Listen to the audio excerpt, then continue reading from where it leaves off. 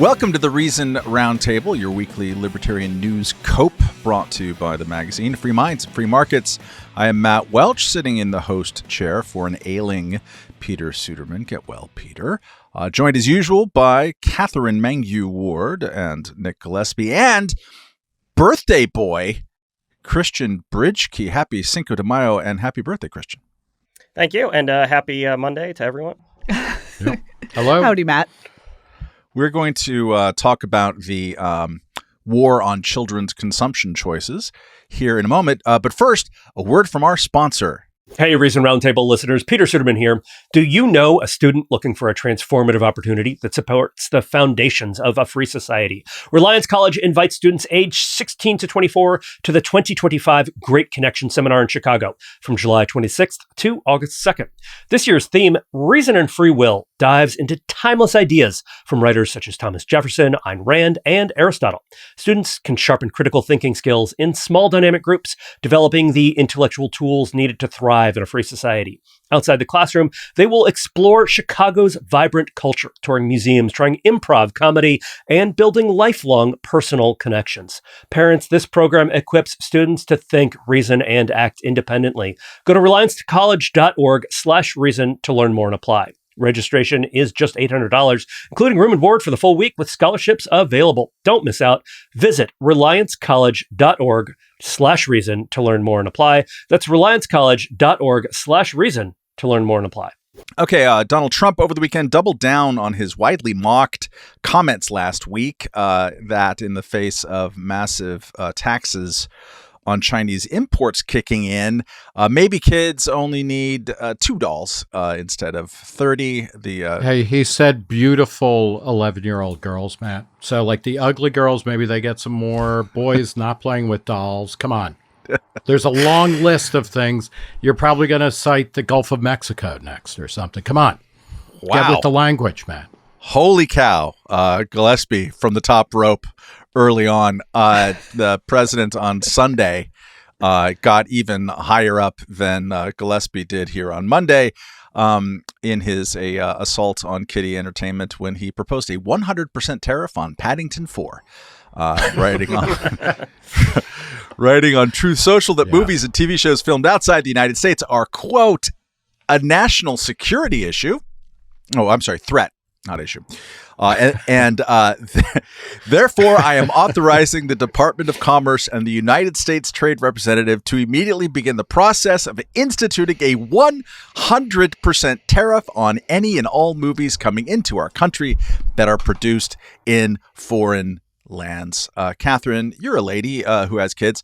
Is Trump's attack on your family turning you into Sigourney Weaver in Aliens 2, which, by the way, was shot in England? I don't understand that question, but I will answer because that's not what you are a woman. I understand. Gun space. It's fine. The first part I can answer, which is a bunch of things wrong here. First of all, 11-year-old girls, mostly too old for dolls. Just want to go ahead and put that out there. The core doll market is really a little younger. We and get also, judgy over here, but go on. Also creepy adults who are being, I think, underappreciated in this scenario. I Googled Trump dolls because I was looking for the exact wording of this quote. And I have to tell you, my demand for dolls is now less because it was the most horrifying thing I've ever seen. Dolls of Donald Trump, just hundreds of them available for people who might want to have a Donald Trump doll in their lives. Those are going to become more expensive as well. So who will think of the Donald Trump doll owners? But if your demand for the dolls is falling, the price should also be falling. So, where will we eat? But the important thing is we'll make the dolls in America with American plastic, right? None of that imported plastic. Some of us grew up in the shadow of the Mattel factory, Nick Gillespie. So don't you get all huffy about that. Nick, you well know that American movies have a symbolic power of their own, most famously as kind of the tip of the spear of American soft power, cultural power. But also you suggest, at least you did in Slack, so maybe you believe it, that there's another symbolic aspect to opening up this particular front of the trade war into the area of services. Can you talk about that a little bit more? Oh, yeah. So far, Trump's tariffs have all been about goods, not services.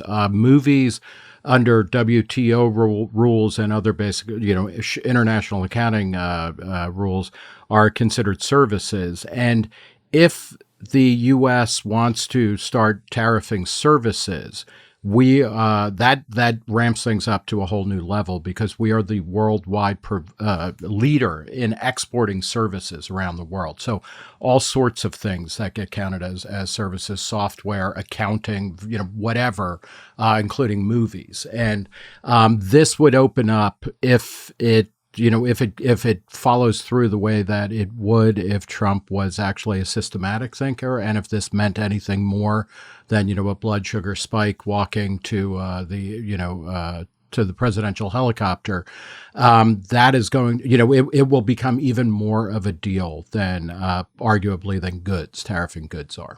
Well, So walk us through the why, because I think people don't really kind of grok the sense of why is it bad? Why wouldn't we? The reason why it would be bad, Yeah. and I appreciate the call for clarification, is that we are the world's leading provider of services. If we start to say we are going to tariff services coming into the country, then we are going to probably face a lot of retaliation. Because we export something like over $1 trillion worth of services a year. We bring in about $800 billion. And these are mostly to wealthier countries and things like that. We are a service-based economy. Being a service-based economy is one of the reasons why Americans on average are richer. Even people in Mississippi are richer than the typical EU country member and things like that. Services are good. And if we're going to start taxing services coming in, we're going to get taxed on our services that are going out, and that's going to screw the economy every bit as much as whatever is happening on the ports of Long Beach, Matt, or of Port Elizabeth, New Jersey, where you live closer to now. Christian, there's been a lot of discussion vibes from the Trump camp, from the National Conservative camp, along the lines of hey, look, we're kind of addicted to cheap consumer crap. There's sort of all of this thrown in. J.D. Vance, who I believe is the Vice President of the United States, said last year that 1 million cheap knockoff toasters aren't worth the price of a single American manufacturing job. What is your response to that? And also the bigger kind of vibe of maybe we've just sort of amused ourselves to death with cheap stuff while no longer making it. And so therefore we've deindustrialized and everybody's on fentanyl. Yeah, sure. I mean, so firstly, imported fentanyl, Matt. Exactly. Yeah, I guess just firstly, I don't really understand if the cheap toaster isn't important to have, why is it so important to make here? I am just kind of struck by what I guess we just have populism with Grinch-like characteristics. The administration has decided that the way to the GOP's turn to being this multiracial working class party involves lecturing children that they should have fewer toys and Americans should pay more for movies somehow. I think this, people who are already sold on the case of free trade, I think this just seems kind of silly. It's also just kind of radically anti-capitalist in a way that, you could never see a Joe Biden or a Kamala Harris get away with. I've been rereading some Schumpeter lately. And, Schumpeter obviously has the famous line of, the capitalist achievement isn't providing more silk stockings for queens. It's putting them in the reach of factory girls for less and less effort. Trump wants to do the exact opposite. He wants to reverse that very core capitalist achievement. He wants the factory girls to work harder and buy fewer silk stockings. On this question of I agree, I'll be interested to see how this plays politically, at least initially, because Americans do obviously have some sort of guilt about being rich consumers and buying lots of cheap things. There's a reason that protectionist politics works outside of mill towns, right? That people vote for J.D. Vance and Bernie Sanders who don't work in trade unions. But at the same time, when you go around and start making people poorer, you're not, you can't design that in a way that'll get rid of the cheap things that people say, oh, maybe I can just do without that, and then not wreck the rest of the economy as well. When you're going around making people poorer, you don't know exactly how bad that's going to be or where those costs are going to fall. So And Americans, I think we've shown consistently, or just even if we kind of agree conceptually with some idea, are not willing to pay the cost of our, politics. We want a big entitlement state. We don't want to pay the taxes. We want to fight climate change. We don't want to pay the carbon tax. We want to, reshore manufacturing. We're not going to want to pay more for dolls or whatever else gets more expensive as a result.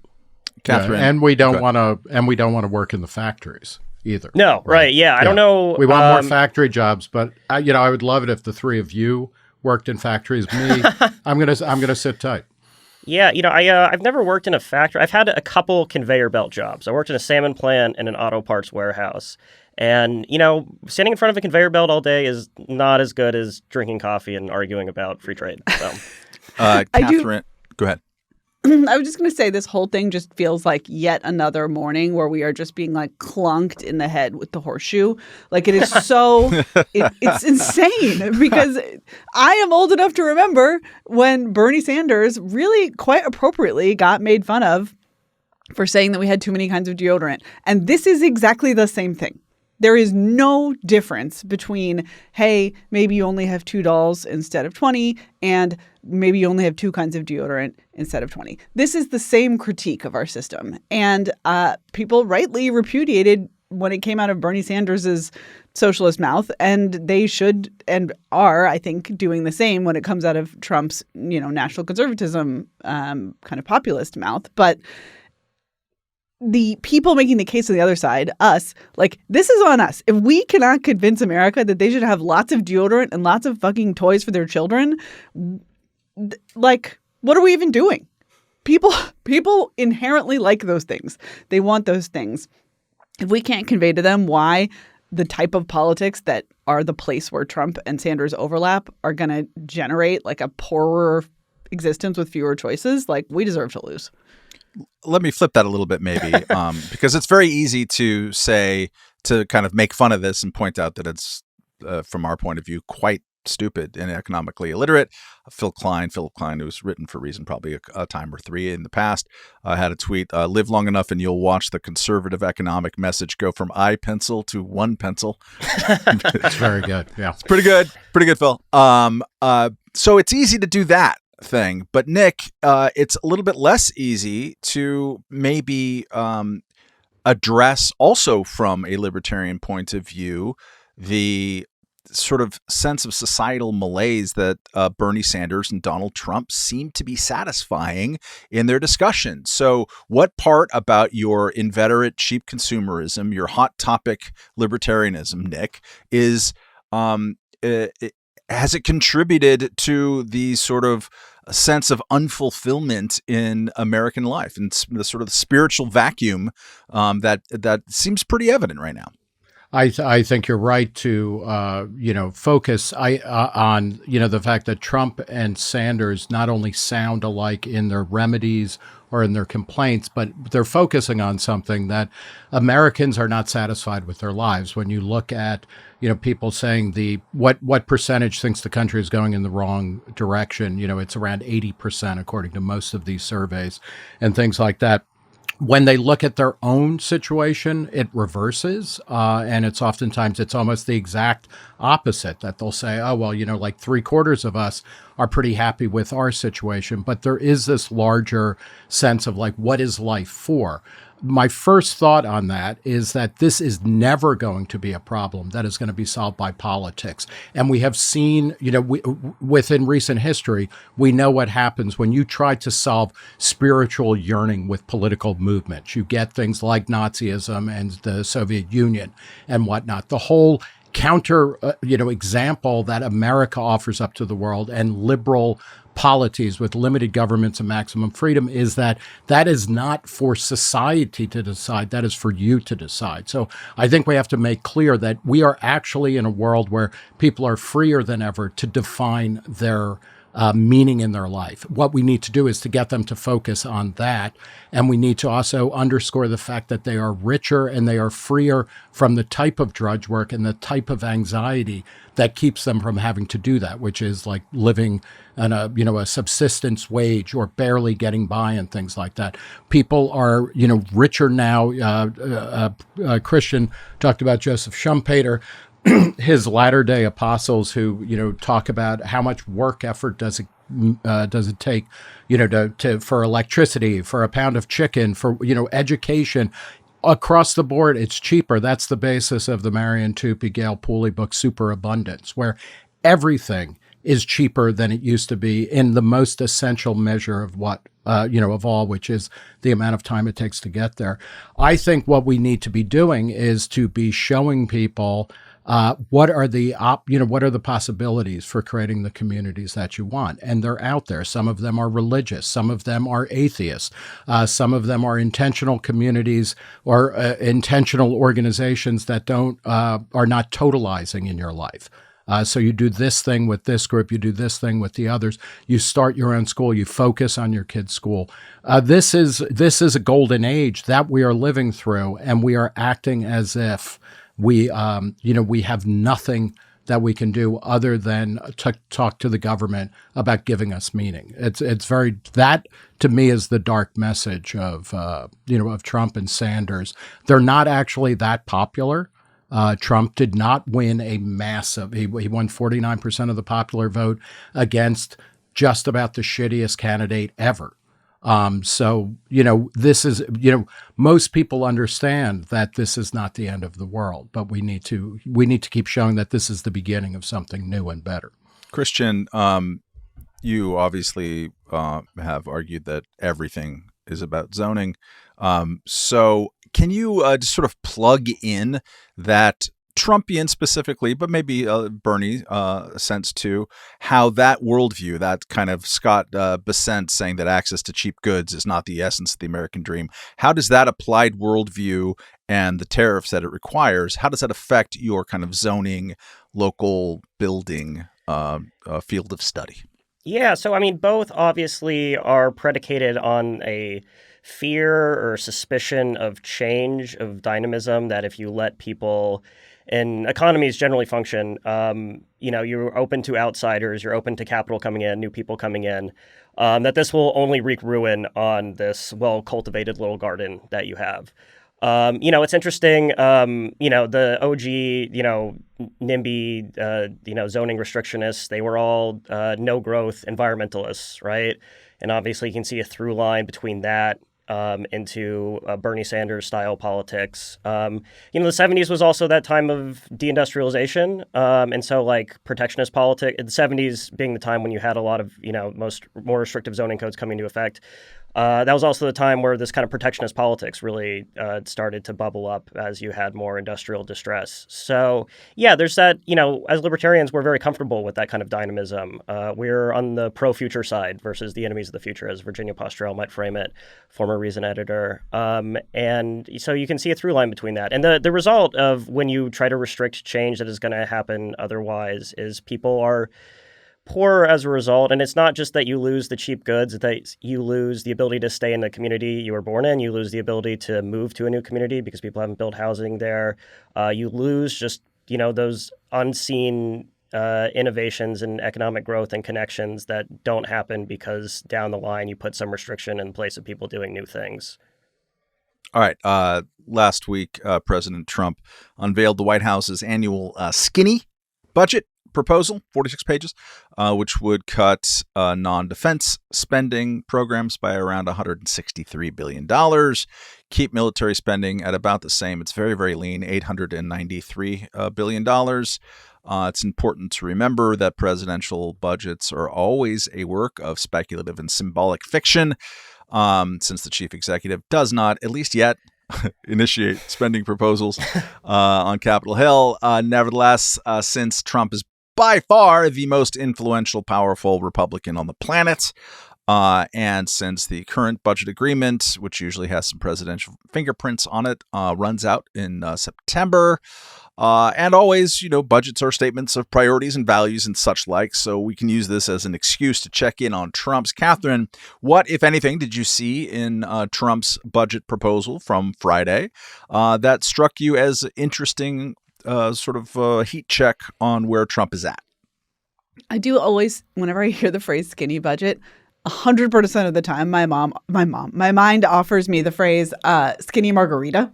which is like, it's the same. It's like, it's very good intentions, but like if you drink twice as many, it doesn't work. And I think that's kind of like, that's kind of how the budget always ends up. I looked at the education stuff in the budget because I have generally been, among a variety of chaotic decisions. The cuts to the education bureaucracy, the federal education bureaucracy, are, I think, something that has at least some potential to stick and is genuinely a good idea. In particular, I looked at the cuts to student aid because, of course, Joe Biden swept out of office on a cloud of wildly unconstitutional nonsense, forgiveness and stays and whatever on student aid and student debt. That all remains, I think, extremely unclear to the holders of that debt and those who hope to acquire some student debt in the coming year. And the budget, the skinny budget, takes a good cut out of the federal work-study program, which provides part-time jobs to students who need help paying for college as computed under the FAFSA form. The federal government right now covers up to 75% of those students' wages. I was a beneficiary of the federal work-study program, and I did not know that the federal government was paying 75% of my wages. That seems insane. That seems absolutely bonkers. Just pulling that ladder back up, huh? A taxpayer was paying 75% of the $15 an hour that I earned to work in the rare books library. Are you kidding me? This is a redistributionist program that was redistributing that to me to do that. So on a very basic level, I think these cuts are probably a great idea. It's not a ton of money. I think it comes to about $1 billion. So this is all small potatoes. But I do think it's the kind of thing where you hear federal work-study program, surely that helps the poor children who otherwise couldn't go to college. No, it's an insane corruption of an already bonkers labor market. Like, there are part-time jobs in college towns that are just regular part-time jobs that you can get and then work at part-time and just get paid. There's absolutely no reason that federal money should be involved. And this is just like one little teeny piece, but it does seem like something that makes sense to me. Nick, what teeny or larger pieces did you look at that seemed interesting to you? Yeah, the headlines are all about the big increase in defense spending and DHS, but then the big cuts, because this represents a year-over-year cut from last year. The discretionary budget, which is kind of chump change in a $7 trillion budget, but Trump is talking about spending $1.7 trillion, which brings us all the way back to 2024 levels of spending. Which is like, you've got to be kidding me. The problem here isn't that it cuts so deep, but that it doesn't cut far enough. And the reason it doesn't ultimately is because of the $1 trillion defense budget and the $175 billion for DHS, which is as a cabinet secretary should just be dissolved and gotten rid of. Everybody knows that having DHS has not made us one goddamn, bit safer than we were before 9/11. The thing that changed the threats particularly posed by 9/11 were reinforcing cockpit doors. And maybe even before that, in the morning of 9/11, passengers, taking a plane down rather than letting it be driven into, the White House or the Capitol building or something like that. The $1 trillion in defense spending, as we are auditing the Defense Department, supposedly under DOGE, and finding out that they can't fucking account for anything there, we're going to reward that by giving them the biggest peacetime budget that they've ever had. Absolutely nuts. And you, Matt, you had said this, the president's proposed budget plan is a statement of values. This is the value that if you are in Trump's orbit and you say the right things, you will get rewarded despite absolutely not being able to show that you are worth a goddamn penny more or, whatever you're getting paid in the first place. Christian, what did you find of interest? As I wrote for Reason.com, I wrote up the White House proposing to cut $17 billion out of the National Institutes for Health's roughly $40 billion budget. And the reason that they said a couple of reasons for doing this, but one of which is the failure of NIH to oversee risky pandemic research that they were funding in this place called Wuhan, China.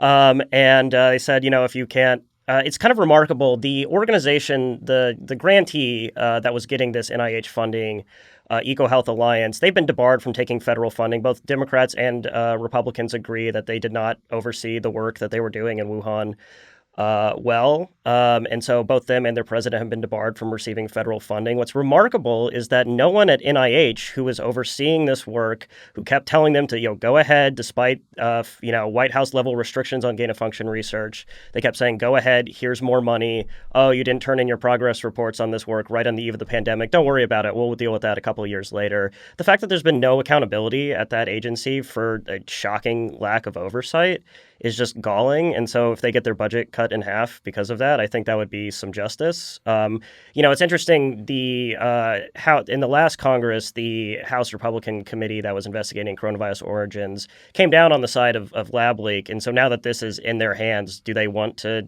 bring some accountability to this agency by cutting their funding? They have every opportunity to do so now. Trump is on board, so we'll see if that happens. Can I just say so Susan Collins, who's the chair of the Senate Appropriations Committee, objected to this cut in particular. Right? Oh, no. She had a bunch of thoughts, but this one in particular. But I was reading about it, and I noticed that she very bitchily noted that the budget was late and lacked key details, as if she's not a member of Congress, as if she's not been a part of budgets that were late and lacking key details for decades. It's absolutely shocking. I would just add that the proposed cuts to non-defense discretionary spending, which is at $163 billion, widely acknowledged it'll never happen. Just never. Even Republicans in Congress are saying that's dead on arrival. That's not going to happen. We're going to fund X, Y, and Z. They're particularly mad because they don't think that the military is being funded enough, Nick. So we've got to increase that. And we are at war with China now, right? Red China, in every way but the declared way or the actual way. We have many wars with many gangs from many Latin American countries, so those are important as well. That's true. Yeah, and the Canadian fentanyls. But anyways, $163 billion, which again is not going to happen. It's dead on arrival. But let's just imagine that it happened. What is $163 billion?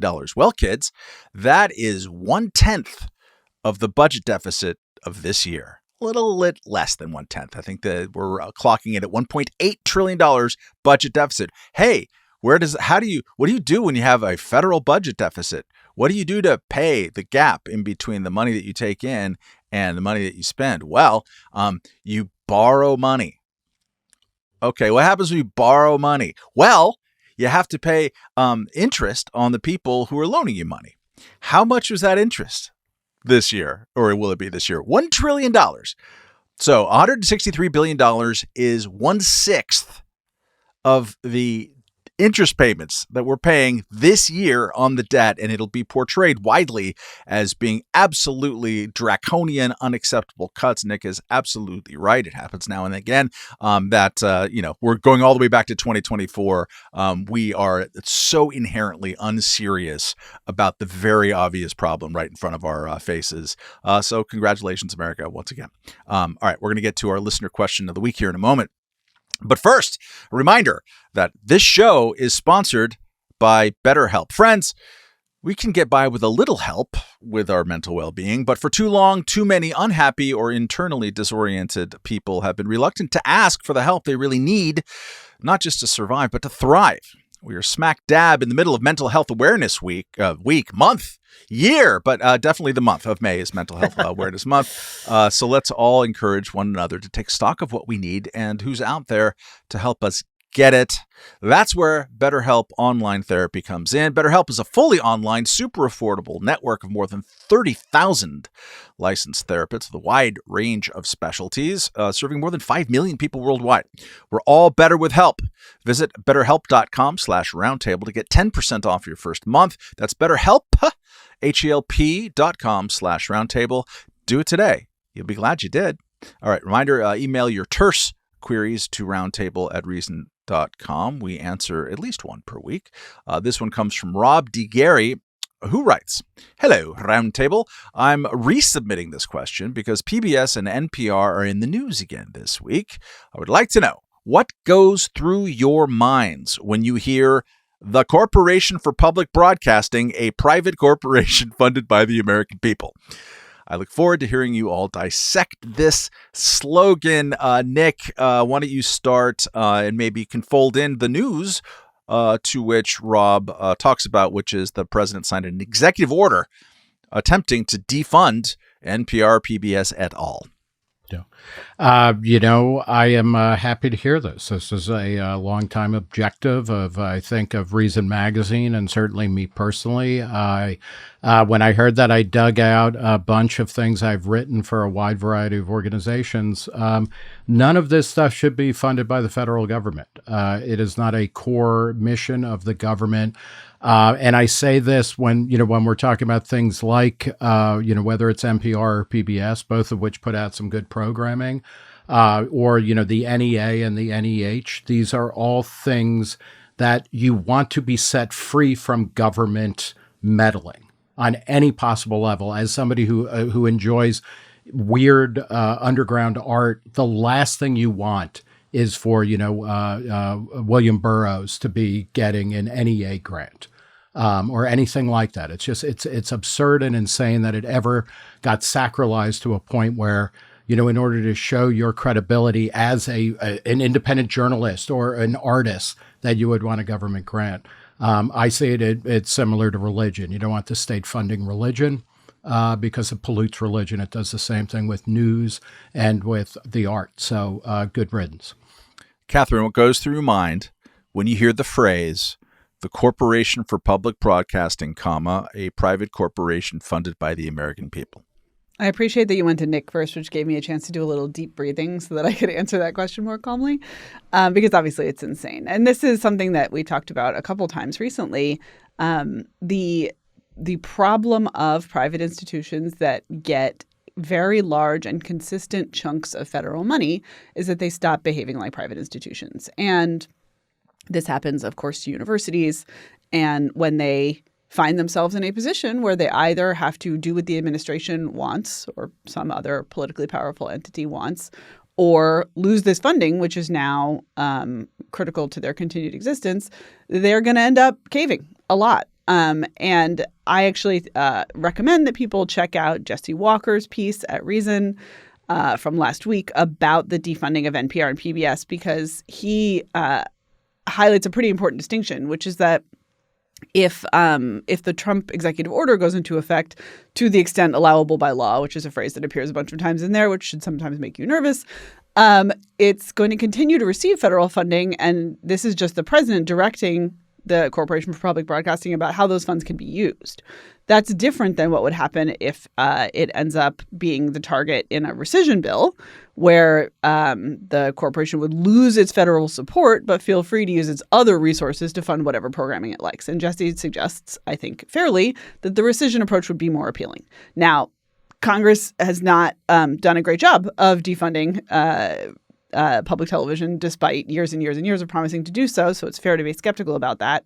But I do think it is important to note what our goal is not, hey, the federal government should tell this entity to stop funding PBS and NPR. Our goal is the federal government shouldn't have any say. And if the Corporation for Public Broadcasting wants to continue on its merry way doing whatever with the same name, fine. But the flow of money has not technically been stopped here to the entity. It has only been stopped to the specific programming. And I think we should always be careful about that. Christian, how do you answer this question? It's complete nonsense, right? This idea that, if a private organization, the bulk of its funding is coming from the government, it's in effect a public institution. Like, I think technically even Amtrak is a private government-owned corporation. It's like, come on. Isn't there something weird with the post office too? Like the post office... Right. No, yeah, it has to privately fund its pensions, maybe. It's a government-owned corporation, so right. It's like still technically a private entity. But this is an absurdity. It's an abuse of language, if I can say. It creates, as Katherine mentions, it creates this unresolvable conflict, right? Where you can say, okay, we should pay for these journalistic outlets, the taxpayer, but no, they'll definitely be independent. And so on the one side, you could say, well, that's never going to work out because there's always going to be some pressure given that the funding is attached.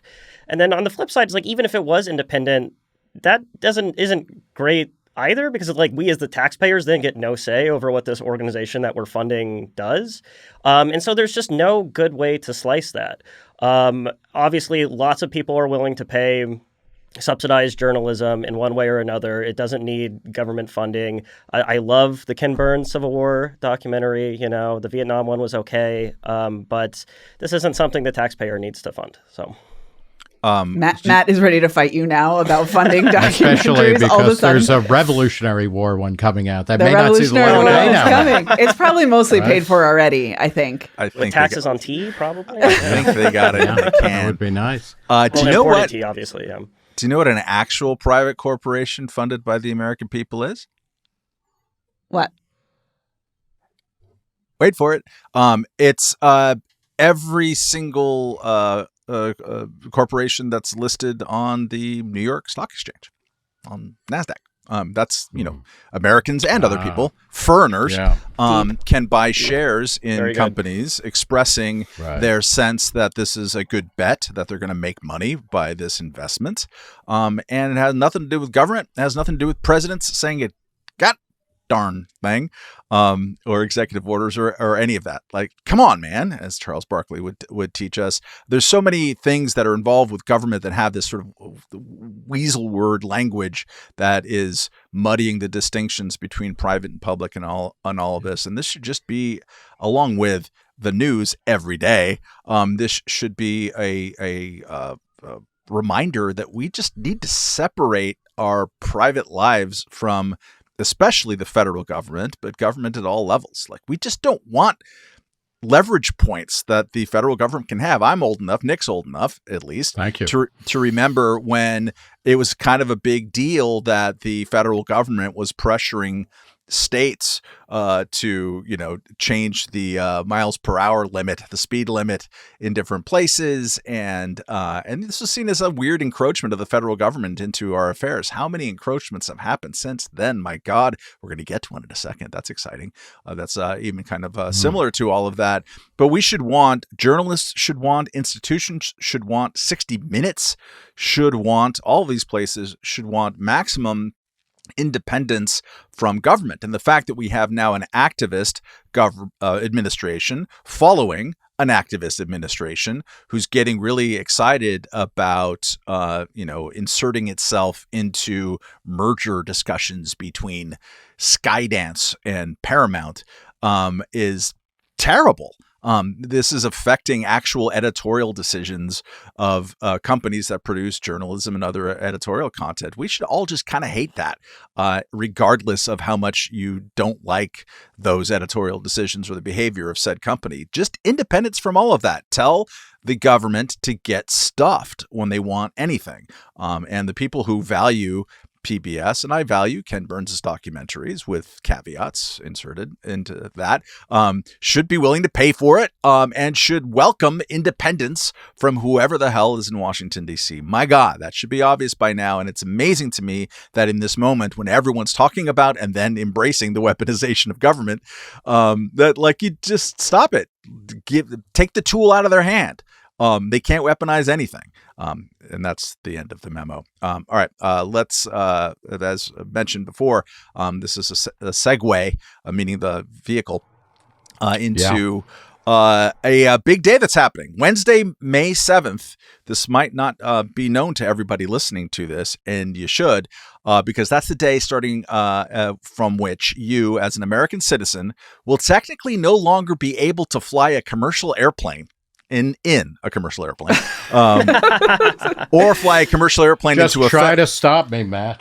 into a federal building. You can't enter a federal building in theory, according to the law, unless or if you have a driver's license or a state issued ID that is not compliant with the Real I.D. Act of 2005, which was passed in the wake of 9/11.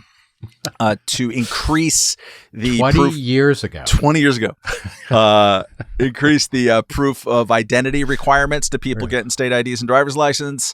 And also it places your private information in the hands of various linked up state databases.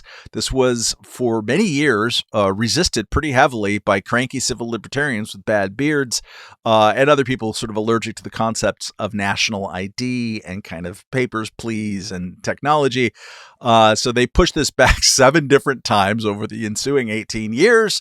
But May 7th, Wednesday, is the day.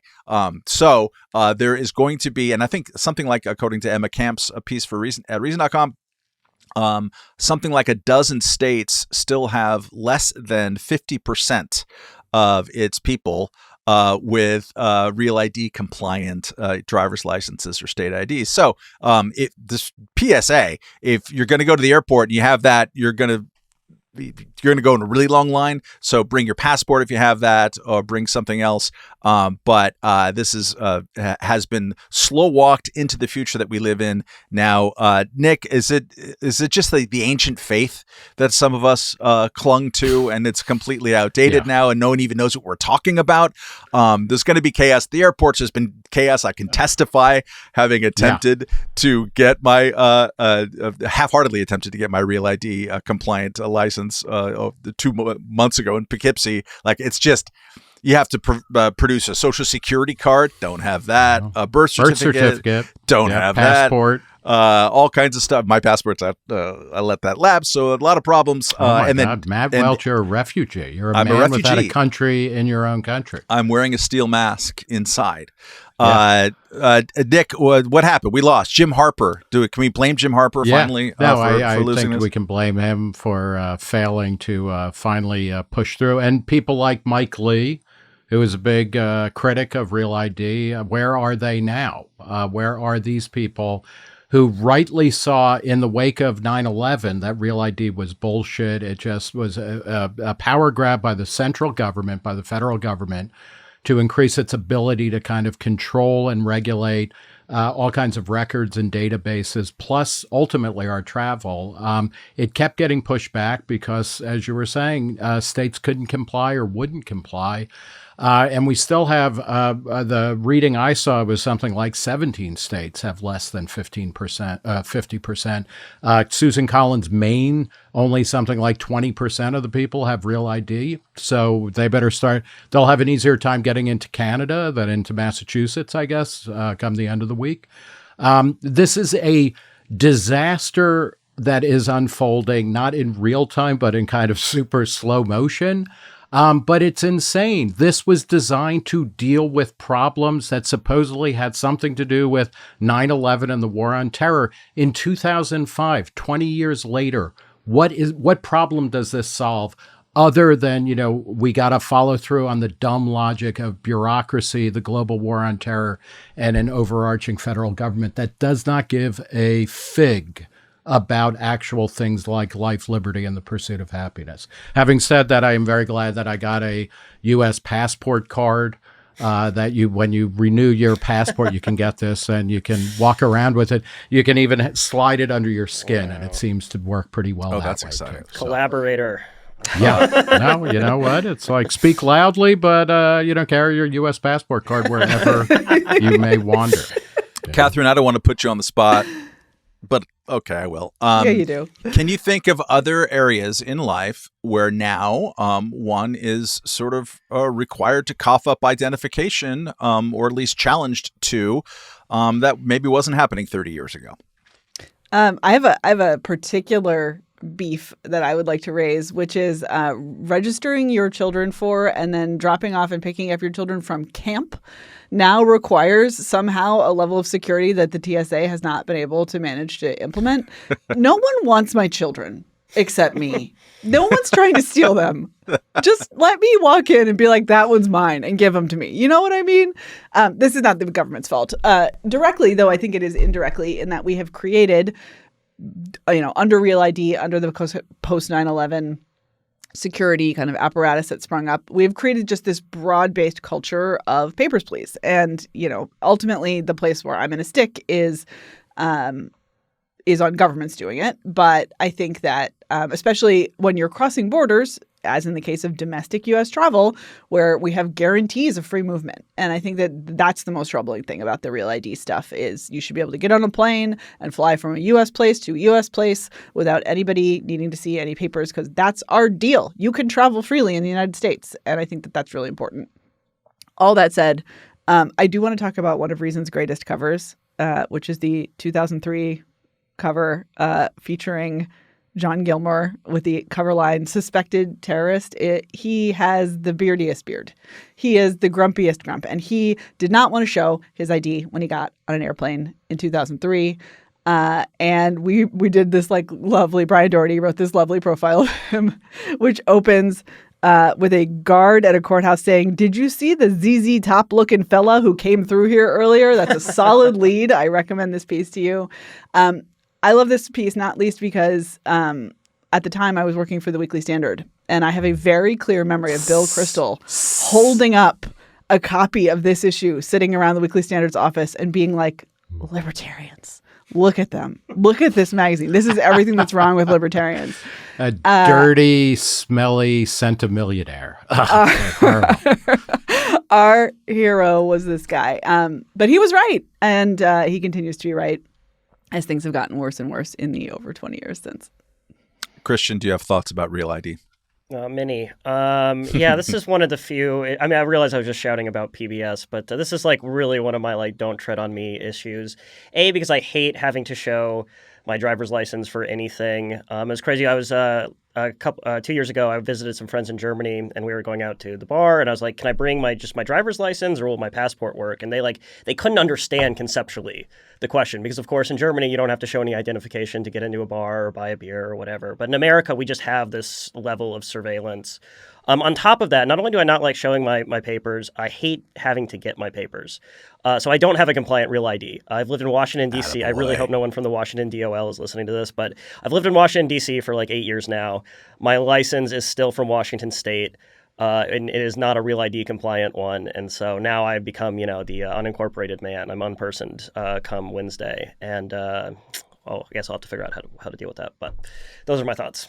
Global entry is my saving grace at the moment that allows me to travel to and fro. But as soon as the Trump administration realizes that I was in favor of something it doesn't like, then Take it away. What was it? Chris Krebs? They stole away his global entry. Are card. you going to have to live in like Freeport, Matt, in like the world's most expensive airport lounges and things like that, where rich people store, Picassos and everything to avoid tax? It'll be like the Tom Hanks movie, Terminal. I will finally learn English like overnight and lose my accent. It's very exciting. There are a bunch of under the radar things happening just within the Trump administration on identification stuff. The one that kind of alarmed me the most on some level related to this is that Canadians are allowed to come here for 90 days. They don't anymore, but they're allowed to come here for 90 days without a visa waiver, and we have a North American kind of thing. And the Trump administration had a day one executive order. There's been so many that's hard to keep track. But this one said that anyone who's here on a 90-day visa waiver needs to report to the DHS within 30 days. And if they are approached by an agent and fail to say that they have reported, they are finable and deportable, which is kind of crazy because, again, similarly to questions of deportation of illegal immigrants, how do you discover that you're Canadian as a Canadian? You say, "Papers, please." And so if you're an American citizen and you don't have your papers and you decide that you don't really want to show them to a police officer, now you are going to go to jail. And this has happened to a U.S. citizen in Arizona, as a suspected illegal immigrant, was detained for 10 days, U.S. citizen. So we're incentivizing certain police to go after just people who look perhaps foreign, even Canadian. I mean, you could tell in Florida because they have the biggest sunburns on the beach in February and January. So they're just walking up to people with bad drinking Moosehead. But this is bad. Great people. beach beer. Okay. And also people underappreciate the fact that 2/3 of Americans live in places where they are eligible to be stopped at DHS or ICE checkpoints, which happens a lot in Southern California and Southern Arizona and Southern Texas especially. And we've done some great videos over the years talking about how to maybe not be detained at those things, but it's dicey and tricky. So it's a very Papers, Please moment that we're living in now. It seems hard how we're going to roll that back. And makes me all Christian Britschgi-ish. If I may, part of the problem here is that we don't have a kind of substantive American identity anymore, right? Because we're balkanized and polarized. In a weird way, Trump, you would expect somebody like him to be like, screw that. We're Americans. You don't have to show your papers. But this is becoming the way that we know we're American, is because we can produce a bunch of papers with bad photographs of us that say, yes, we are American. In the same way that it may well be the definition of America in this beleaguered state is that you're a citizen if you're getting free money from the government. That's one of the ways to know that you are truly American, as opposed to saying, I'm an individual who is trying to create the world that I want to live in. And it's disturbing. And with both this, Trump turning towards this, leaning into this so far, and also increasing the budget of DHS, a completely superfluous cabinet level entity, and the Defense Department and contractors who have favorable relationships with his kids' shitcoin companies and things like that. It's warping what it means to be an American. And it's like, oh, well, you've got certain papers and maybe you get something doled out from the big kahuna, the great white chief in Washington, who's willing to give your business a special pass on tariffs or a special subsidy. It's very disturbing, and it's very anti-American, un-American.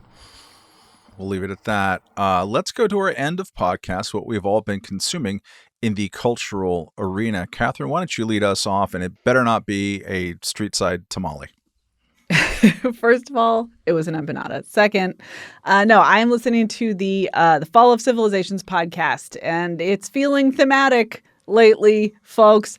This is part of my ongoing obsession with Mesopotamian culture. So I listened to the episode on the Sumerians and then on the Akkadians. And there's, first of all, just a great podcast, very much in the kind of school of hardcore history, very much just kind of if you just want a couple of hours or more of thesis-driven history with good little colorful anecdotes, this podcast is for you. But I just was listening in the Sumerian one to the story of the Gutians, who come down from the hills and wipe out the kind of strongholds of several Sumerian cities. They do this at the tail end of a kind of little dark age. There've been some weather-related disturbances, and people are not strong in these cities. They have no material culture. They do not maintain the infrastructure for which the Sumerians are justifiably famous, and the Akkadians as well. And they create a kind of just like they deepen the darkness of a civilization in trouble. And it's partially because they don't understand where infrastructure comes from. They don't understand where the conditions for growth and culture come from. And that feels a teeny bit familiar. I'm not saying the Gutians are sweeping down from the hills quite yet, but I think we should be aware that could happen. Fall of Civilizations podcast. Very delightful BBC-ish version of hardcore history for those who like that sort of thing. Christian, what Motorhead have you been listening to? Greatest hits album, it's got all the good ones. No, I recently rewatched There Will Be Blood, which is, a tense movie, a justifiable classic. And rewatching it this time, I think also kind of a heartwarming tale of this guy who is a, abusive, murderous, neglectful father, alcoholic, who nevertheless can create a lot of value in the world by extracting a lot of oil out of the ground that then powers civilization. So, a silver lining there for people who maybe watch the movie and then feel a little glum afterward. That's one of many classics I haven't seen. Nick, what did you consume? It makes me think differently of my time as a pump jockey at a New Jersey gas station. Mm-hmm. So, a job created by government, right? Yeah. It seems to be. Well, originally it was not, but it was preserved by government because service stations, originally did that partly because they came up in an era when people expected to be served. But then, I think it's the only state now because Oregon has even thrown in the towel, right? Well, Nick? it's kind of, I don't want to get us off track, but Yeah, they have no. marginally reduced it. So it's like you can have half your Yeah. pumps be Jesus. self-service and half of them, because it's the debates about this in the legislature. I follow this because I used to live in Oregon, are always hilarious because people are like, well, what about the jobs? People won't know what to do. Yeah. But anyway, sorry. No, Nick, no, I it's- think it's this is the time to confess that in high school, when I was fond of writing the worst possible Weird Al-like songs to popular music of the day, possibly my worst piece of work was about a gas jockey, and it was Might As Well Pump. boy. What did you? Wow. Okay. Yeah. So Save us. my recommendation this week is the documentary My Robot Sophia, which follows the work of David Hansen, who had been, among other things, an animatronics expert at Disney. He created the Sophia robot. All of us have probably seen it. She populates Instagram in particular, but other forms of social media. She's a humanoid robot who has a bald head, and you see her workings in the background, and she has a steel body. She was given citizenship by Saudi Arabia, which they didn't ask for. The Saudi Arabian government just kind of sprung it at her at a conference. But she's a freestyling chatbot in certain modes. As some of those, anybody who was watching the show during the pandemic will recall, I actually lived with Sophia the robot for a good part of the pandemic because my then girlfriend, now wife Sarah Siskind, was one of the operators and programmers of her. And they had a big confab. The Hansen Robotics company had a big confab in New York right as COVID was hitting, and they could not take one of the Sophias, there's like 20 of them, back to Hong Kong. So we had it in our tiny one-bedroom apartment. And she's in the background of like virtually everything I did for the better part of a year. It is a fantastic study about COVID, about robotics, about the emergence of AI, and about kind of the crazy dreamers who may or may not be building the future. David Hansen, whom I've never met, and is, by all accounts, a very likable guy, but comes off as a strange entrepreneur who is obsessed with this one robot as the rest of the world is kind of passing him by. I highly recommend it. It's directed by John Hasby and Crystal Moselle, two highly regarded documentary filmmakers. And it is there was a version of it that was on Showtime briefly in 2022. This is a different cut with a different message. And it actually features Sarah Rose Siskind, my wife, as a kind of Greek chorus in a way that I, of course, find interesting, but I think the audience will in general. It starts streaming tomorrow on every major streaming and video on demand service. But My Robot Sophia, if you care about AI, if you care about robotics, if you care about tech and the people behind the stuff that is being made, whose name is not Elon Musk, highly, highly recommend it.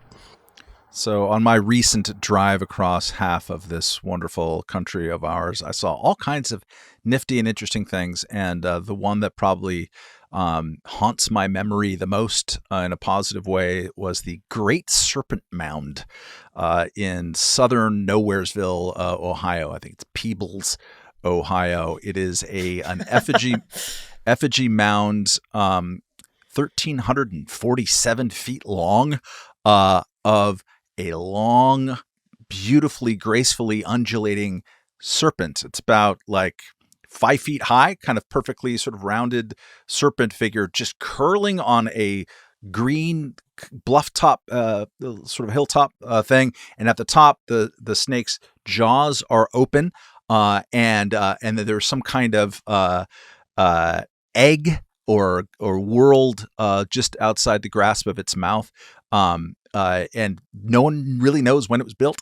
It's an effigy mound. There's a series of effigy mounds in that part of the country. I think there's another big one in Ohio and a couple are around. Not that far.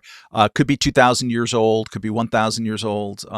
I found out about this the good old-fashioned way by watching season 1 of Ancient Apocalypse, which I've talked about and recommended it. He just had season 2, which I watched, and I haven't yet digested that enough to recommend it.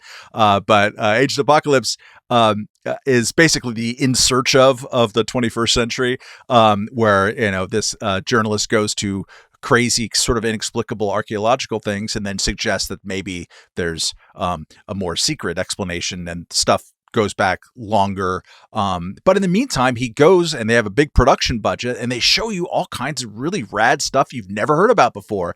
And it's cool to go visit those places. And so Serpent Mound is one of them. It's beautiful. It all lines up like it's set up to be the summer solstice. The light comes this way, but then there's also different astronomical events that it's aligned with. It is just an artifact of beauty and mystery and mathematics and who knows what. And it's very moving to go. My only regret is that there's a big viewing platform that you can walk up. It seems to be about 30, 40 feet high. So you could stand above it and look down. You'll see all the aerial pictures when you look at the website or elsewhere about it. But that thing was closed. So you can walk along it, but it is really, really moving. And there's other places like that to visit in the Americas that don't get talked about enough. And you should go check them out. Great story. I guess you're going to be visiting more and more of those now that you can't fly or leave the country. Exactly, right. Nick Gillespie. Yeah. It's the demi, semi, femi, sesquential, or whatever the hell that is. Yeah. So you might as well enjoy America while we still have it. You could do worse than just following the Ohio River, Matt. I did from Pittsburgh down to it hitting the mighty Mississippi. As a very matter weird of fact, and strange, wonderful place. Like most of my drive down was kind of in and around going along the Ohio River, one of our most polluted rivers in the country, but just gorgeous and interesting and beautiful. And I recommend it to everybody. All right, that's enough waxing about whatever for the Reason Roundtable podcast. We're hiring, by the way, this podcast. Reason is hiring podcast editors, producers, whatever. Go to reason.com/jobs, find out more information that's a little bit more specific than what I just said. Nick, are there events in New York City that you would like to advertise at this point in the podcast? Yeah, there is. There's one. This is Monday. On Tuesday of this week, we're doing a live interview with Robert Rosencrantz, a billionaire investor and kind of visionary, actually, as well as the creator of Open to Debate. Has a great new book called The Stoic Capitalist, which, when you start reading books by big business people, you're always kind of like, this is the real deal. It's a fantastic book. Bob Rosencrantz is a really interesting character who also has an interest in kind of viable longevity studies as well as video art, along with Stoicism and capitalism. That's tomorrow. Go to reason.com/events and you'll find ticket information and details. And also go to reason.com/newsletters and sign up for our NYC events newsletter. And you'll get information about whatever we're doing here in the greatest city in the world. Wow. Closing strong. Just go to reason.com, period. Bunch of stuff every single day. New, very interesting. And if you appreciate what we do as a tax exempt 501c3 nonprofit, you can go to reason.com/donate. Think about helping us do more of the stuff that you like and you find interesting. All right. That's all we've got for this week. Next week, hopefully, Peter Suderman will scrape himself back up. And until then, stay safe, America, and catch you next week. Goodbye.